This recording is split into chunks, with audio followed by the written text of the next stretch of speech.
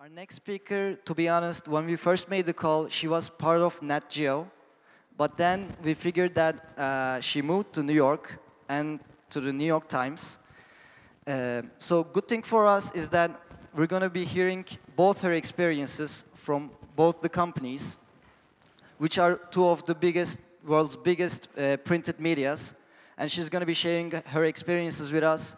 Please welcome Alessandra Villaamil.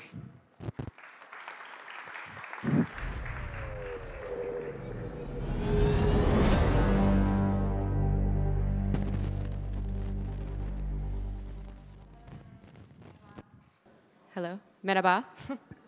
Hi, thank you so much for coming here today. I'm very excited to be speaking with you all. My name is Alessandra Villaamil, and before we begin, I'd like to tell you a little bit about myself.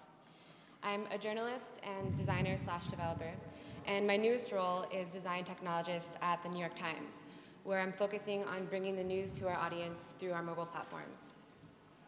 Previously, I was a UX designer at National Geographic. And I was there during the redesign and relaunch of their National Geographic News website a couple months back in March.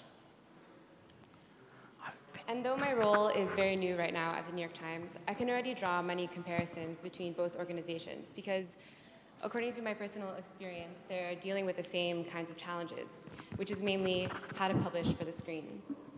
So those are the challenges that I'm going to be speaking to you about today. First, I'll be going over some of the work that I did at National Geographic for their redesign. Then I'll be looking at some of the industry challenges that I see in common with both organizations. And I'll end with some cool design projects and experiments that will hopefully get you starting to think about some of your own design solutions. So let's begin. Before the relaunch at National Geographic, almost half of our audience was accessing nationalgeographic.com on their mobile devices, even though it looked like this and functioned like this.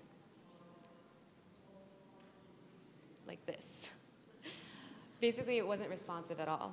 And this became a problem because we knew that by the year's end, that number was just going to increase and increase. So this was really interesting to me because National Geographic spends hundreds of thousands of dollars every year producing some really big stories, important stories that help us care about the planet and promote exploration. And for 127 years, these stories have appeared in this print format. So it became unquestionable. It was a really important time to start looking at how we can start publishing for these tiny screens. As someone at the New York Times once told me, this is the year that mobile is going to eat the newsroom. Now, it kind of paints a funny picture in our heads, but what he means by this is that this year, newsrooms are really going to start investing in designing and developing the platforms and producing the content specifically for mobile. So how did we do this at the National Geographic? Well, we set out to create a completely responsive website that would elevate our content and remind our users that this National Geographic is the same as the old print format. And we wanted to do this with a focus specifically on mobile devices. So in our first rounds of design discovery, we wanted to create a very flexible template that would elevate all of our content and remind our users that they're still looking at the same National Geographic. We did this with large cinematic images, inline galleries, and lots of other components around the page. We knew from user testing that most of our users were actually coming into our site sideways, meaning they would click on links on social media and finally get to the article page. So to keep the user clicking within that environment, we put in related content components and lots of lists of content around the article itself. We also wanted to create a landing page to aggregate all of our news content in one place. In this landing page, we put fixed ads that would remain on the page as we scroll down. And we also created collections of material that would be placed around the page, and producers can curate content based on topic or story type. And we also created the capability of pinning feature content on strategic parts of the page. Now, we worked on a lot of different templates for National Geographic, but I want to walk you through the photo gallery template specifically, because National Geographic is perhaps best known for its excellence in photography. It's at the core of their mission. And our mission was how to use design and technology to better serve National Geographic's great photography. So we wanted to create this really nice, beautiful, full-screen template that would house these photographs and really optimize them for every device at every orientation possible. And to do this, we needed to create a foundation for a responsive design. Now, the trick about responsive design is really to think about all the components on the page in terms of relative space. And I'll get into that deeper in the next slides. The first thing you have to do is really set up a couple of breakpoints that will represent different kinds of devices. And media queries will help us target specific elements at each breakpoint so that we can use CSS to display them differently as the screen is resized. So let's take this screen, for example. It represents about a 13-inch MacBook. By looking at these different parts of the page and as components that we can kind of target specifically, we know that the header and the footer will remain kind of the same between most of our breakpoints. So we can ignore them for now and really focus on the area sandwiched between. Let's call this the canvas. The canvas will separate into two discrete areas. The right rail on the blue is where we'll house our ad, which is pretty much going to be static and the same. And our controls are going to sit on top of the ads. And the reason why we want them static is so that the user isn't sort of chasing the left and right arrow as they scroll through the gallery. Now, to maximize the image, which we see on the left side of the canvas, we're centering it in these crosshairs so that if you're going from a horizontal to a portrait image, it's not sort of flipping around the screen. It's going to stay fluid as you control the gallery. And we're letting the image expand 100% of the height so that it's as big as possible. The caption, instead of being in a fixed location like the image or the controls, is always positioned relative to the image itself. And we're doing this because we want to treat the caption and the image as a content unit together. So as the screen gets resized, you see a different breakpoint is hit, and we can target these elements for this specific device, which is like a tablet. And you'll see that we're serving a different ad. The controls are still at the bottom right. And the image now, instead of expanding 100% height, is expanding 100% width. And the caption is still being displayed relative to the image. If we keep going down, we'll hit the mobile breakpoint. And you'll see the design changes a little bit. We're using a darker background to emphasize the photography, and we're only displaying 3 lines of the caption at a time. The user can tap or swipe up to reveal the rest of the caption. We're hiding the comments and social within the caption as well. And we know from user testing that the user doesn't need the left and right arrow to navigate through the gallery on their device. They know from design patterns that you'll use gesture controls to do this on your mobile phone. We also know from user testing that when our users change the orientation of their phone, they're expecting an unobstructed view of the photo itself. So to do this, we're getting rid of the header, and we're hiding the caption within this information icon on the bottom right. At the end of the gallery, to promote further exploration, we decided to put up an up next screen and serve the next gallery in line. Now, to keep this experience responsive, we're using something called viewport size typography. And what that means is instead of giving the font size a specific hard pixel value, it's determined relative to the screen size. So as the screen gets smaller, the type gets smaller with it. Now, that's just one example of some of the work that we did at National Geographic for the redesign. But at the beginning of my talk, I mentioned that I recently started a new job at the New York Times. And now to introduce that part of the talk, I want to take you back in time for a minute to the 1950s. This is the New York Times newsroom in the 1950s. Now, in this era, the news with a capital N really revolved around the printed page because that was the only platform out there. And while this has changed, we have many other platforms now. One thing that hasn't changed very much at all is the process for determining the next day's news, what's going to make it on the paper. And this still happens every day today. Top editors gather in this room called the Page One conference room, and with the limited space of a newspaper, the editors fight to figure out what kind of news stories are going to make it on there. And there's a tremendous amount of value in this process because no algorithm can really replace that human news judgment and analysis that happens when we're trying to figure out what's going to be on the page. And that's why the process hasn't changed. So I want you to keep that value in the back of your mind for a second because it's going to come up again in a minute. Now, what's always interested me in this process of coming up with the next day's top story is that it's directly tied to the printed page, to the newspaper itself, even though we don't really use this platform as much as we used to. I'm sure many of you are familiar with the concept of the fold. After all, it originated with the newspaper itself. The fold refers to the part of the page that's visible to customers when it's presented to them. And whatever makes it in this copy-fitted area is going to entice the user to buy the paper. And it also makes a huge statement about the newspaper because it's basically what they deem newsworthy and important for that day. Now, there's a lot of data backing up whether or not the fold can exist in a digital space. But basically, it's the part of the screen that is visible without scrolling. although we do know that users always scroll. So it's a little bit of a touchy subject. But basically, my point is that as designers, we have to take this concept of the fold and reconcile this with that news judgment, that value that happens every single day in page one, and create an experience that's really optimized for the screen, this edgeless space, because we know that users scroll.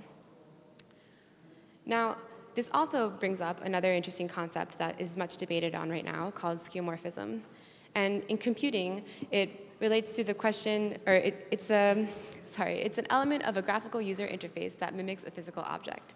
So for example, a note-taking app can be depicted by a yellow legal pad. And I'll give you another example. iOS's newsstand app is a skeuomorph of an actual newsstand.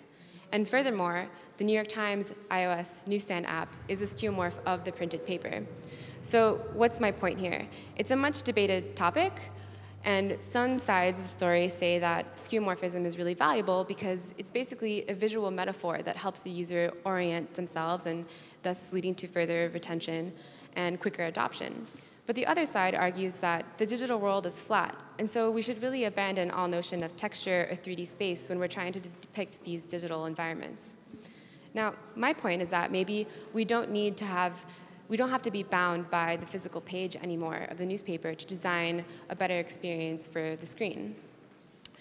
So on the left here, you'll see the representation of the newspaper over the years. It's really a text column with tabs and really strict copy-fitted spaces on a page. And on the right, you'll see what the news really has become in today's digital world. It's a connected flow of information with embedded rich media, social media, hyperlinks, all of that stuff. So all too often, we see the representation of the news online as a one-to-one translation of the older printed format. And our question today is how we can embrace the version on the right instead. I'll give you an example. This is the mobile version of the New York Times from the late 90s. It's really not much. As you can see, it's just a list of headlines. And these are the headlines that kind of come straight downstream from the homepage. There's not much that a designer or a developer or even a producer could really do in this page because the tool wasn't sophisticated enough to make any change. Well, this is that same page a couple years later. This is what it looked like until recently. And the tool got more refined. We can add images all of a sudden and apply richer CSS, make the buttons more tappable, but it's still a downstream feed that we can't really disrupt at all. So a couple of days ago, or weeks ago actually, the New York Times released this new update called Groupings. And it kind of looks subtle, but what this really represents is a huge shift in thinking of how we can put this content on the page. Instead of just having all these information downstream in this list that we can't really do anything with, producers can now curate content based on topics and expose other related content. They could do that in terms of genre, what the article is like. And they can even focus on moment-driven storytelling, which is probably the most important thing right now in the newsroom. And again, it looks like a subtle shift, but what this really represents is a huge change in the newsroom because this means that they are staffing designers and developers who are building these products and also journalists and producers who are curating this content for a specific mobile audience. So let me give you more of a concrete example. The New York Times also just released the Watch app. And what this represents is actually a new form of journalism because these one-liners are very different than just slapping a headline or a tweet on the screen. They're short, which is important because as you're on the go, you can get a really good understanding of what the news topic is that day. But they're also a more conversational tone, which has a potential of reaching an audience in a way that a headline that maybe would not have been able to. So what's cool about this Watch app is that up to 6 articles can live in the Watch at a time, and you can scroll down to get more information or even an image. And if you want to read the entire article, you can long press to save it in a list of related content that you can access across platforms. Now, this next example is just a fun design exercise that I worked on for the purposes of this talk. And it's really utilizing the entire lock screen of our phones. Because how often do we actually see our lock screen? It's a lot of times during the day, and we probably don't even realize it because it's always the same picture. So what if we use this opportunity of passiveness to give the user some more information? And the news industry can actually make much use of this. We can show different states of development of a story and urgency, and it all happens passively, so the user kind of gets it for free. The next example, I got the idea from my favorite news service called Poncho. And Poncho, I think, is restricted just to the United States, but I'll explain what it is. They send you a text in the morning, and it's usually something really funny, a couple of lines, and it's just meant to tell you what the weather is going to be like that day. And because it's so funny and it happens in the morning without me trying to rifle through my phone and opening an app, I get that information immediately. And it's a delightful experience because it's so funny. I can get commuter information. It can tell me the pollen forecast, or even if I need more hairspray that day because it'll be humid. And I love that it's a text message because it's so immediate. But I always wondered what would happen if I could text it back. So I decided to apply this to a news service. What if the news would text me when something happened instead of just giving me a badge or an alert of some breaking news? I would then have the opportunity to ask it for more information. It could text me back with some related content or rich media. And the beautiful part about this is that this conversation stays in messages. So I'm likely to see it again when I'm looking for a text from someone else, and I can carry on that conversation later. So that was why this is one of my favorite design exercises. So the next thing I want to talk to you about is virtual reality, because if I at least want to drive the point home that it's a really good idea to at least feel like the screen is limitless, I have to bring up VR. So this is JR, one of our photographers at National Geographic, in a helicopter, shooting this behind-the-scenes documentary for this New York Times Magazine cover. Now, he's a disruptive street artist, and this is his most recent piece. It's a 150-foot portrait of a recent immigrant to New York City, and he did this in the public square. And the police took this down within 24 hours, but the New York Times had the foresight to want to leave this in some way for our readers so they can feel immersed in this experience. So he teamed up with Chris Milk, and he created this story that you could experience for yourself if you download the Verse app and use Google Cardboard, which I have with me if anyone wants to experience it. And I'm sure you'll be feeling a lot like this guy. But basically, the point is, if we start thinking about all these different technologies and tools available, you could really revolutionize the way narrative storytelling exists on the screen. And if not revolutionizing it, then at least it'll broaden your understanding and start getting you thinking differently about publishing for the screen. To conclude, I'll leave you with René Magritte's The Treachery of Images. And in it, he says, "Ceci n'est pas une pipe," or "This is not a pipe." Now, it looks like a pipe. It's a really good representation of a pipe. But what he was trying to tell us is that the representation of something cannot stand in for the thing that it is. And if we borrow his philosophy and maybe tweak it a little bit, he can help us to understand that we must separate the content from the presentation of that content so that we can focus on designing new experiences and truly start publishing for the screen. Thank you very much.